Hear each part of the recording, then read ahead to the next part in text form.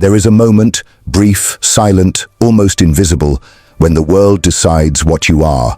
It happens when someone questions your worth, your motives, your character.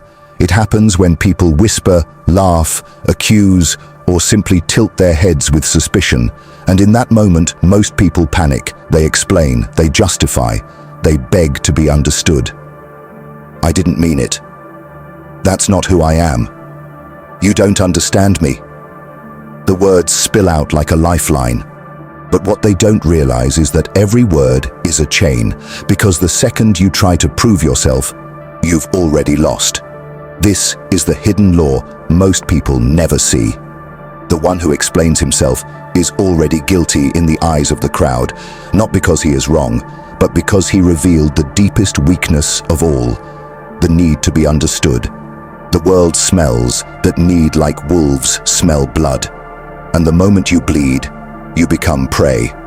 But there is another way, a darker way. A way Machiavelli, Nietzsche, and every true strategist has known for centuries. The way of the misunderstood. The misunderstood man does not explain. He does not clarify. He does not scramble to fix the narrative. He lets the fog remain. He lets the silence hang. He lets the crowd wonder. Because he knows that the greatest weapon is not being understood. It is being unreadable. Think of the figures who shaped history. The generals, the leaders, the revolutionaries, the visionaries. Were they always loved? Were they always understood?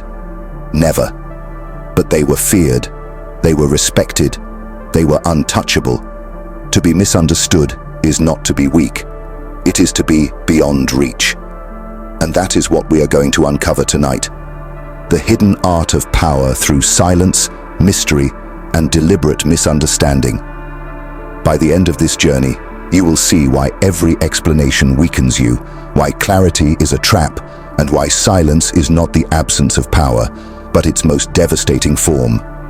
Because here's the truth: the man who can endure being misunderstood without breaking becomes something the world cannot control. He becomes untouchable. Most people believe clarity is a virtue.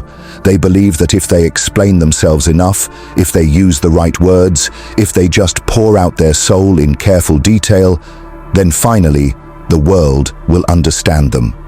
Finally, the misunderstanding will end. Finally, they will be free. But here is the harsh truth. Clarity does not free you. It chains you. Because the moment you explain yourself, you are no longer in control of the frame. You are no longer the one dictating the terms.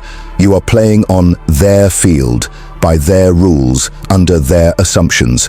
Someone accuses you of arrogance. You defend yourself. Someone calls you cold. You explain your heart. Someone questions your loyalty. You write paragraphs to prove your faith, and all of it, every word, is submission. Why? Because by defending yourself, you are silently admitting that the other person has the authority to judge you. You are admitting that their opinion matters more than your aura. You are admitting that you need their approval, and approval is the death of power. Listen carefully. Explanations rarely convince anyone. They don't erase doubt. They amplify it. They don't build strength. They reveal insecurity. Think about the courtroom of public opinion. The accused who pleads, who cries, who desperately explains, is rarely believed, because desperation, in itself, is guilt. Meanwhile, the accused who stands calm, who refuses to explain, who stares into the silence with unshaken stillness, is feared. Not because he is innocent, but because he looks untouchable. The truth is this: the crowd never wants clarity. The crowd wants drama. When you defend yourself, you feed that drama. You give them the spectacle they came for. But when you remain silent, when you refuse to play, you starve the crowd of its feast. And what happens? They turn, not on you, but on your accuser. Because silence has a strange effect. It makes the attacker look desperate, emotional, unstable, while you, standing still, look composed, elevated, untouchable. This is the trap of clarity. The more you explain, the more guilty you appear. The less you explain, the more powerful you become. Here's what Machiavelli understood centuries ago. Words are not used to reveal truth. They are used to control perception, and perception is not about being understood, it's about being feared. So the question becomes, do you want to be understood, or do you want to be untouchable? Because you cannot be both. Every time you justify yourself, you are trading power for pity. Every time you explain, you are begging for permission. Every time you defend yourself, you are building someone else's throne. Stop chasing clarity. Let them misunderstand you. Let them twist your words. Let them argue among themselves, because while they argue, you ascend. The misunderstood man is not weak. He is free. Free from the court of public approval. Free from the trap of explanation.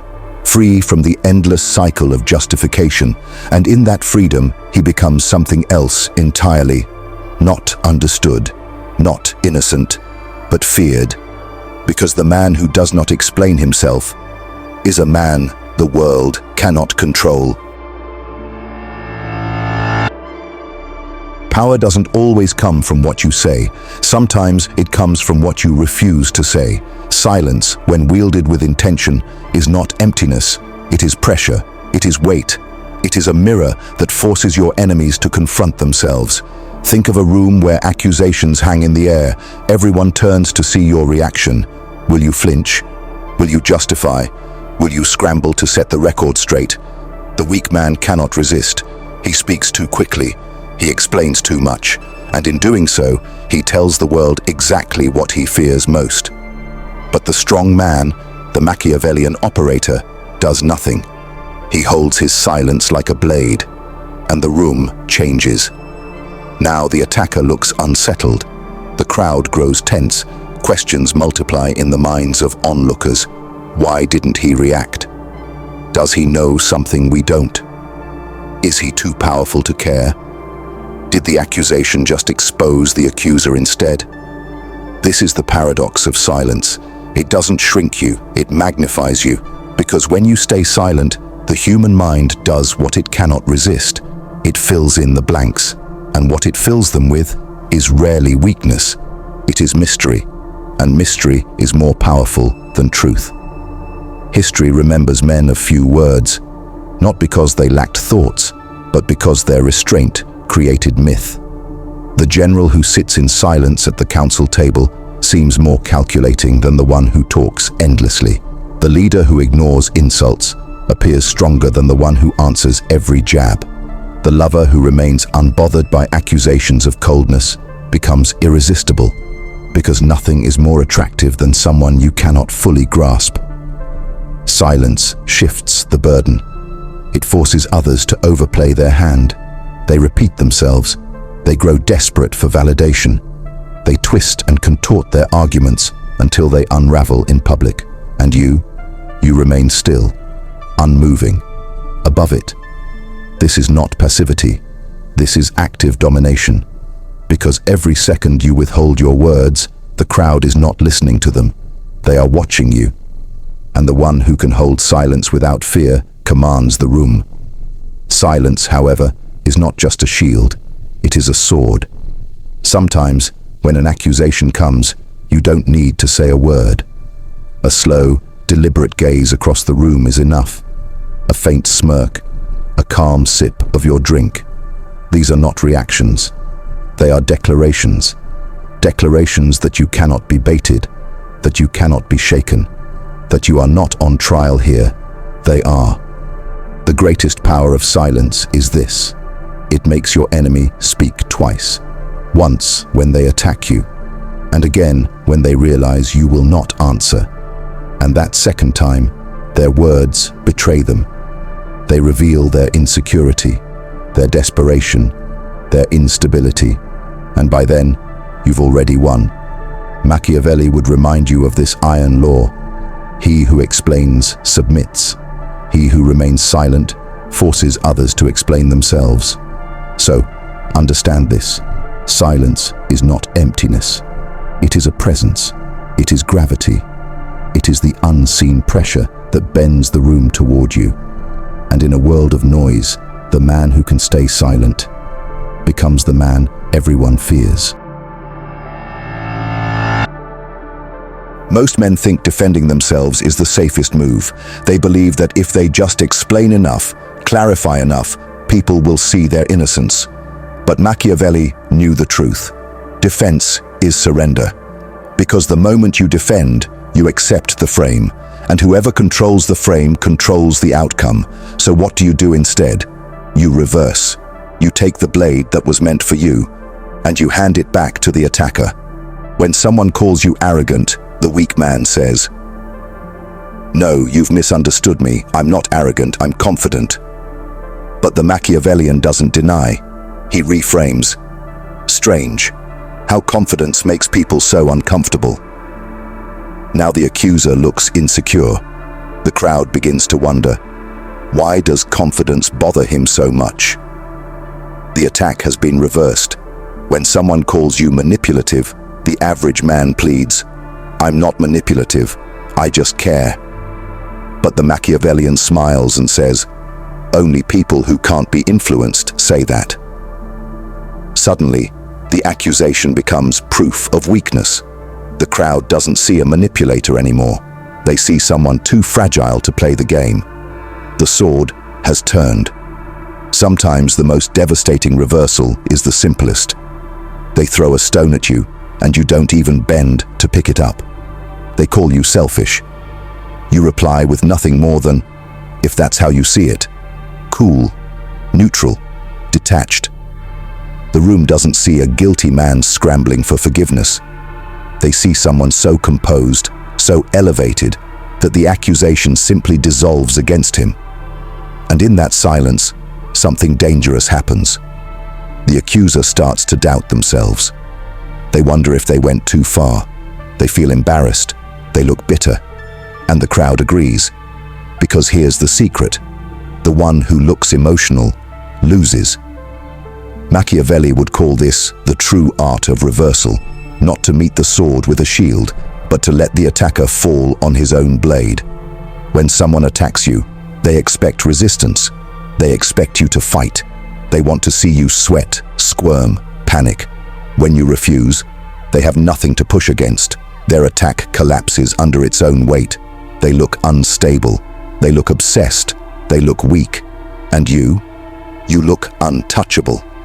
It works because people are not neutral observers. They're emotional creatures scanning for status. When they see you defend, they smell blood. But when they see you reverse, they see dominance. It's not about convincing them you're innocent. It's about showing them you're untouchable.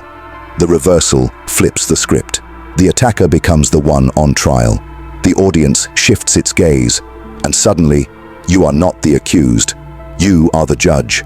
Silence is the shield. Reversal is the sword. Together, they create the Machiavellian paradox. You never defend, you never explain, you never lower yourself to their frame. Instead, you force the world to explain itself to you. That is reversal. That is power. Power isn't just about words. It isn't just about silence. It's about rhythm. The man who controls the tempo controls the battlefield. In music, tempo decides how the song feels. Slow it down, and it becomes haunting. Speed it up, and it becomes frantic. In human interaction, the same law applies. Emotions rise and fall in tempo. Conflict has rhythm. Conversations have cadence, and whoever controls that cadence controls the room. The weak man always lets others set the speed. Someone accuses him, he rushes to reply. Someone insults him, he fires back instantly. Someone pressures him, he scrambles to explain. His tempo is reactive. He is dragged into their rhythm, their energy, their emotional field. And once you are playing at their speed, you have already lost, because the one who controls the tempo controls the frame. Now picture the Machiavellian. He doesn't rush, he doesn't scramble, he doesn't rise to the bait. He holds still. If he replies, it is slow, measured, weighted. If he waits, it is deliberate. 2 seconds of silence, 3 seconds of calm, 4 seconds of stillness. In those seconds, the room shifts. People wonder, why is he so calm? Does he know something? Is he above this? His very pause becomes a weapon, because silence creates tension, and tension makes people lean forward. Now he is not reacting to the crowd is reacting to him. Let's make it clear. In a meeting, when someone jabs at you, not sure your ideas really thought through, the average man leans forward, his voice speeds up, he tries to patch the wound before it bleeds. But the Machiavellian, he leans back. He lets the silence stretch just long enough to make everyone uncomfortable. Then, if he speaks at all, it is with a slow, calm challenge. Let's hear your strategy then. Suddenly, the tempo has flipped. The accuser is now rushing to fill the silence, to prove, to justify, and the room feels it. One man is calm, the other is frantic. Everyone knows who holds power. This is the Machiavellian trick. He becomes the metronome of the room. Every word he speaks sets the beat. Every pause he takes stretches the tension. And everyone else, whether they realize it or not, begins to move in time with him. The accuser speaks faster, trying to fill the space. The crowd leans quieter, waiting on his rhythm. He doesn't need to win the argument. He has already won the tempo. When you slow down, people lean in. When you pause, people overthink. When you stay calm while others heat up, they begin to look unhinged. That's the Machiavellian secret. Tempo is not about speed, it's about contrast. Your stillness makes their frenzy look weak. Your calm makes their noise sound desperate. Your control makes their emotions look like loss of control. And in that dynamic, the one who paces the room owns the room. Machiavelli would whisper this truth. Power is not in the loudest voice, but in the voice that makes others wait. The man who controls the tempo controls the outcome. There is silence, and then there is disappearance. Silence says, I heard you and I chose not to answer. Disappearance says, you are not even worth hearing. When most people are attacked, they scramble for defense. When stronger men are attacked, they hold silence. But the rarest kind of operator disappears. No reply, no argument, no acknowledgement. They let the accuser's words die in the vacuum. This is not weakness. This is the nuclear option, because nothing is more unbearable to the average person than being denied recognition. Humans crave validation, even in conflict. When someone calls you arrogant, selfish, manipulative, or fake, they don't just want to insult you. They want your reaction. They want to feel your energy. They want to watch you squirm. And when you give them nothing, their entire emotional investment collapses. They are left holding a blade with no one to stab, swinging at air, exhausting themselves, cutting only their own image. Here's what disappearance does. It forces people to sit alone with their own words. Without your reply, their accusations echo back at them. They start repeating themselves, louder, more desperate. They begin to look unhinged, because the crowd isn't watching the attack anymore. They're watching the imbalance. One man is calm and absent. The other is frantic and obsessed. Who do you think looks weak? Think of this dynamic online. Someone launches a call-out post. They wait for your reaction.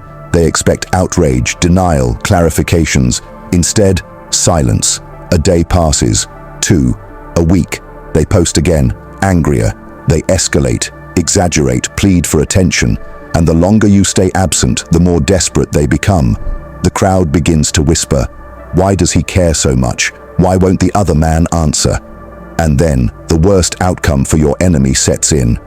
People start to suspect obsession. The attacker looks small, you look untouchable. This tactic works not only online but in person. Imagine a dinner table. Someone tries to undermine you with a jab. Guess humility isn't your strength. You don't even turn your head. You don't flinch, you don't smirk. You keep talking to someone else, as if the jab never happened. What happens in the room? The tension doesn't fall on you, it falls on them. People shift uncomfortably. Someone might even step in with, that was uncalled for. Your absence forced the room to defend you without you lifting a finger. Disappearance works because it feeds the greatest myth of all, the myth of untouchability. If insults don't land, if call-outs don't rattle you, If accusations don't even earn a flicker of acknowledgement, people begin to believe you exist on another level. And belief is power, because power isn't what you prove. It's what people assume you must be, since you never lower yourself to prove anything. Machiavelli would call disappearance the turn of the blade. Do not meet the sword with a shield. Do not meet it with another sword. Let your enemy fall on their own strike. By refusing to engage, you let them exhaust themselves. You let them reveal their insecurity. You let them destroy themselves in front of the crowd. And all the while, you are absent, elevated, untouchable. Never use disappearance lightly. It is not a trick. It is a weapon. But when you use it completely, not halfway, not with little hints or subtle sighs. True disappearance means they never got to you. And that, in the eyes of the crowd, is the most terrifying truth of all. Society whispers a dangerous lie in your ear from the day you're born. Be good, be understood, defend your name, protect your reputation. It sounds noble, it sounds right, but in power games, it's suicide. You've been told reputation is everything, that your name is your most valuable asset, that if people slander you, you must defend, clarify, correct. But here's the Machiavellian truth. Reputation is not about what people believe. It's about what people fear to believe. There is a difference between a good reputation and a strong reputation. A good reputation is soft, clean, innocent, safe. A strong reputation is sharp, heavy, dangerous. A man with a good reputation is loved. A man with a strong reputation is respected. And when forced to choose, respect will always outlast love. The good man rushes to explain himself. He clears up every rumor. He denies every insult. He justifies every move. He believes this makes him look honest, but to the world it makes him look desperate, because if you have to say you're good, no one believes you are. The strong man doesn't explain. He doesn't justify. He lets his silence carry weight. People may not like him. They may even whisper about him, but they never dare dismiss him. The more you chase innocence, the guiltier you look. The more you rush to clarify, the more you confirm suspicion. The more you prove, the weaker you appear. This is the paradox Machiavelli saw centuries ago. The innocent beg to be seen as good. The strong dare to be seen as dangerous. And the crowd always fears the second more than they respect the first. Think about the leaders, rulers, and icons you know, the ones who spent their lives defending their goodness. Where are they now? Forgotten, ignored, erased. Now think about the ones who didn't care to look good. The ones who chose strength over innocence. Their names still echo through time. Because people don't remember the good. They remember the powerful. Here's why this works. The crowd doesn't rally behind the man who begs for defense. He looks weak. He looks needy. He looks like prey. But when you refuse to explain, something strange happens. The crowd begins to defend you.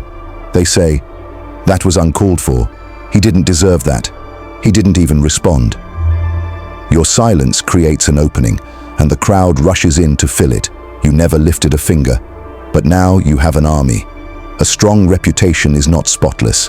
It doesn't need to be. It is rough. It is sharp. It carries myth. The strong man is not always liked. He is not always trusted.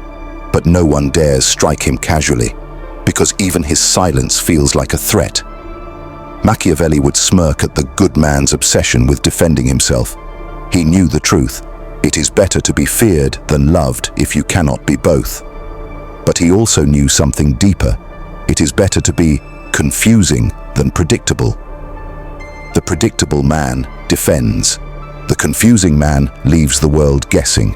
And in that uncertainty lies power. Stop chasing innocence. Stop fighting for goodness. Build strength. Build mystery.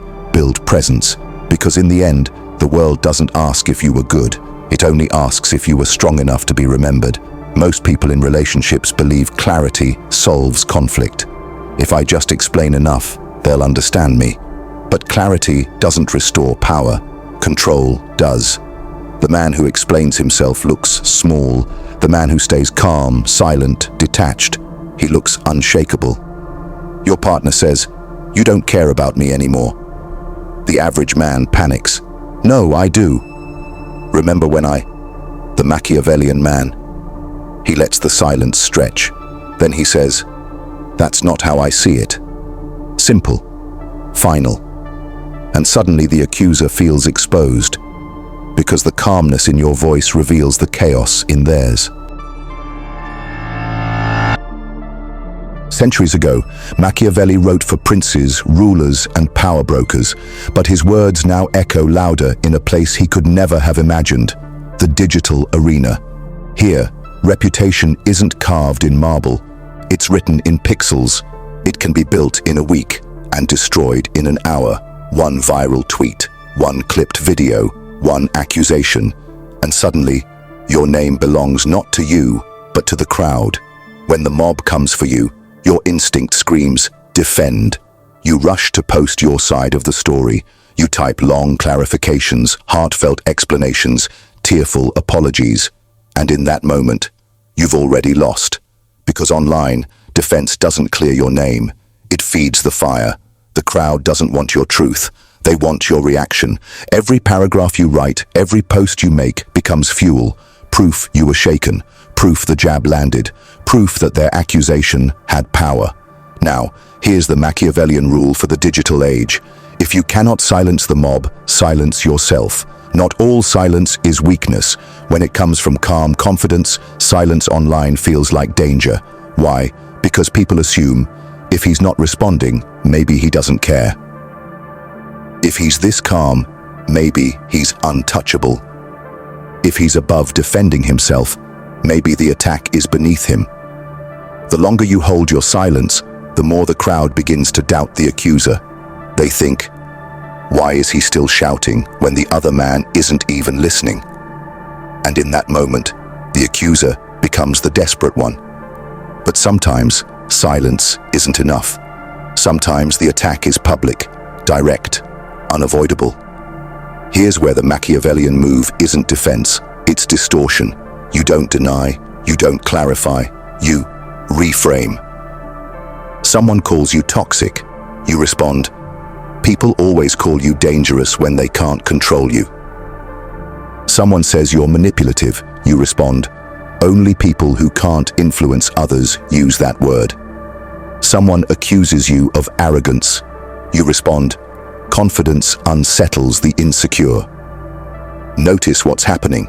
You didn't defend, you didn't explain, you didn't even deny. You took their weapon and handed it back sharper than before. In the digital age, mobs don't think. They don't weigh evidence. They don't wait for facts. They smell weakness. And weakness online isn't guilt, it's explanation. The moment you start typing your defense, you've already stepped into their arena. And once you're in, you can't win. Because mobs don't forgive, they forget. Which means the only strategy is to deny them the performance they crave. True digital power isn't about constant posting, it's about aura.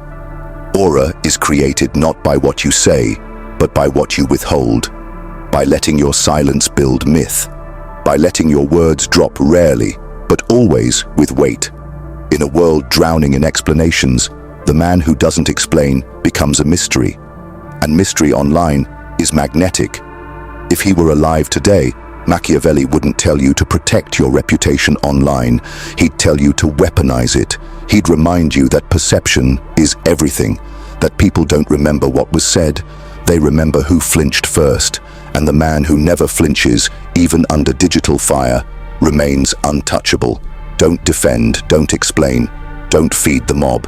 Either remain silent or reframe the attack into a badge of strength. Because in the court of public opinion, innocence means nothing, but untouchability means everything. Most people believe that power belongs to the loudest voice in the room, but Machiavelli knew the opposite. Power belongs to the man who speaks least and sharpest. When you defend yourself, you speak too much. When you explain, you bleed words. When you justify, you give the enemy time, space, and leverage. But when you respond with, Precision. Your words don't defend, they cut. The average person's response to accusation looks like this. I'm not arrogant, I just work hard. I'm not manipulative, I'm just trying to help. You misunderstood me. Do you hear it? Every line is a plea. Every word lowers their frame. Now compare it to this. Accusation. You're full of yourself. Precision cut. Confidence upsets the insecure. Accusation. You're fake. Precision cut. I don't owe you authenticity. Accusation. You think you're better than everyone. Precision cut. Number. I just don't think like everyone. Notice the difference. The weak man defends his character. The strong man asserts his dominance. Explanations are shields. They cover you, but they also prove you expected the attack. Precision cuts are blades. They don't block, they slice. Why does this work?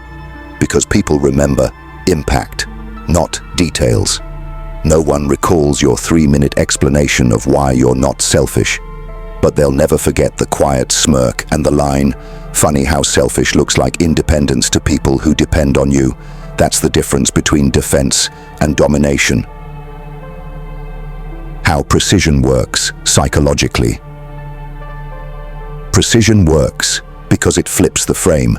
Instead of answering their judgment, you judge them subtly, elegantly, devastatingly. When you drop a short, sharp line, 1. It ends the scene. There's nothing left to debate. 2. It puts pressure back on them. Now they scramble to clarify. 3. It shows you're calm. And calmness in conflict looks like certainty. 4. It rewrites the memory. The audience doesn't remember the insult, they remember your line.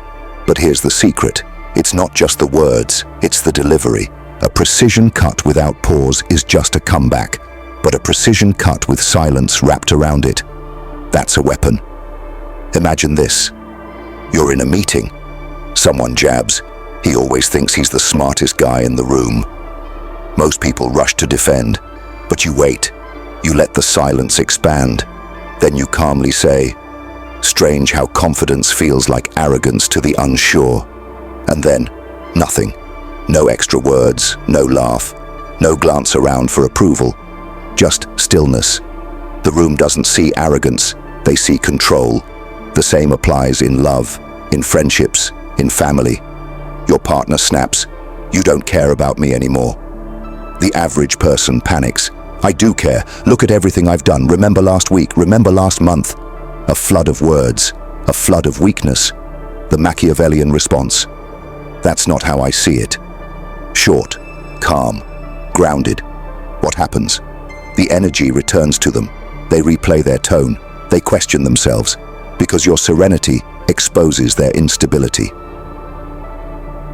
The 3 laws of precision cuts. 1. Be short. Never more than 1 line. The longer you speak, the weaker the cut. 2. Be cold. No emotion, not defensive, not mocking, just calm detachment. 3. Be final. Close the door. Don't leave space for debate. Examples. Noted. Think what you like. Time will tell. Each one is a scalpel. Each one ends the game. The man of precision doesn't rush to speak. He waits until the moment demands. And when he finally does, the room knows. This isn't chatter.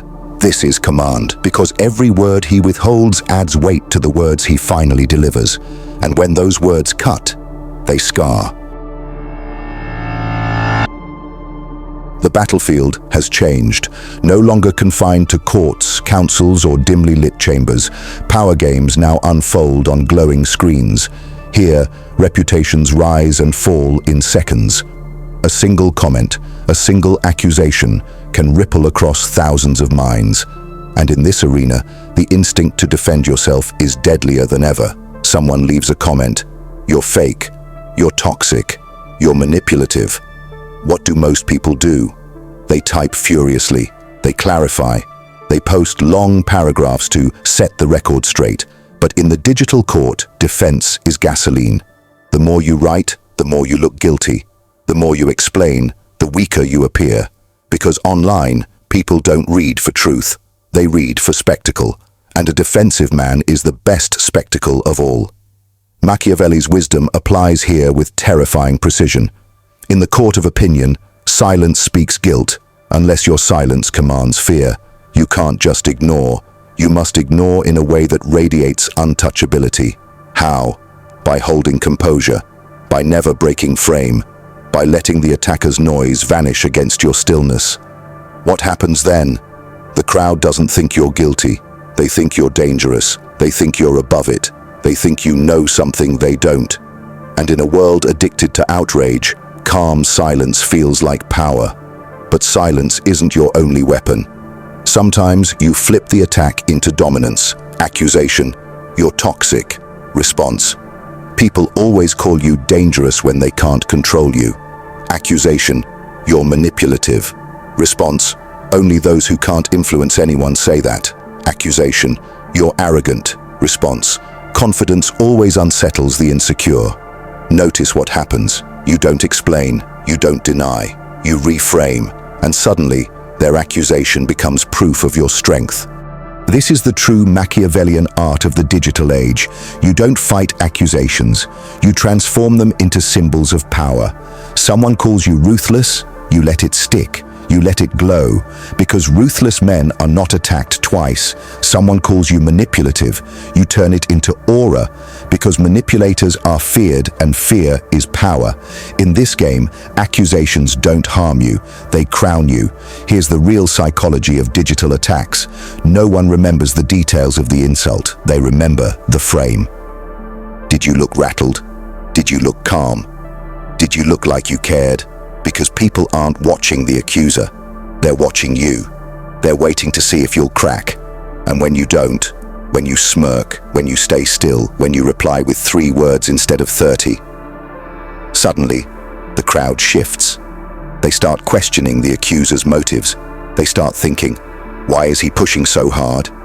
And the attacker, not you, becomes the one on trial. This is the beauty of Machiavellian strategy online.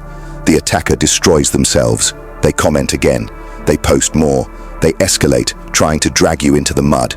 But you don't move. And every attempt makes them look smaller, more bitter, more obsessed. You said nothing, but they collapsed under the weight of their own noise. Machiavelli's truth in the digital age is this: you don't win by proving innocence. You win by defining the story. And the story is never, I am good. It is always, I am untouchable. When you post, when you speak, when you reply, make sure it's not defense. Make sure it's definition. Every word should elevate your aura, not soothe your ego. Because online, the man who defends himself gets forgotten. The man who defines himself becomes legend. In the arena of endless noise, explanation is suicide. But silence, when carried like a blade, becomes myth. And myth is stronger than truth. There comes a point in this game where silence is no longer a tactic. It is no longer something you deploy in moments of conflict. It becomes who you are. This is our final evolution of Machiavellian power. Not defense, not silence, not even strategy, but aura. Aura is when your very presence communicates dominance. When you walk into a room and no one dares challenge you, not because of what you said, but because of what you didn't. Aura is the force that makes accusations evaporate before they are even spoken. It is the weight of composure, the certainty of self, the silence that no longer defends, but defines. At this stage, you don't play defense at all, because no one puts you on trial. Your aura makes the idea absurd. Most men spend their lives polishing their reputation. They want to be seen as kind, fair, honest, humble. They chase innocence. They chase likability. They chase approval. But Machiavelli laughs at this, because the man chasing reputation is chained to the crowd. He is forever at their mercy. Aura is different. Aura doesn't beg to be liked. Aura doesn't chase approval. Aura is reputation without explanation. It is the myth that forms when you refuse to correct, to clarify, to beg. The man with aura is not always liked, not always trusted, but he is never underestimated. Now, strength is reactive. It flexes when threatened. It rises to meet the blow. Immunity doesn't move. Immunity doesn't acknowledge. Immunity is untouchable. When you have strength, people test you. When you have immunity, they don't dare. This is why aura is superior. It's not about fighting back harder. It's about never needing to fight back at all. Think of the rare individuals you've met in life who radiated stillness. The ones who could silence a room without raising their voice. The ones who made every word feel heavier because they spoke so rarely. That is aura. And aura ends conflicts before they begin. Because people don't attack what they can't read. They don't provoke what feels untouchable. They hesitate, and in that hesitation, you already won. Here's the paradox. The less you defend yourself, the more others rush to defend you. When you remain still in the face of attack, the crowd feels the imbalance. They see the accuser growing louder, more desperate, and something shifts inside them. They begin to step in. That was uncalled for. He didn't deserve that. Why are you pushing this so hard? Suddenly, without asking, the crowd becomes your shield. They fight your battle while you stand above it.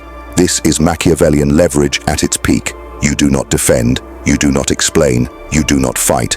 Others do it for you, and that makes you untouchable. At this stage, you no longer live in defense. You live in definition. You define your silence. You define your stillness. You define your presence.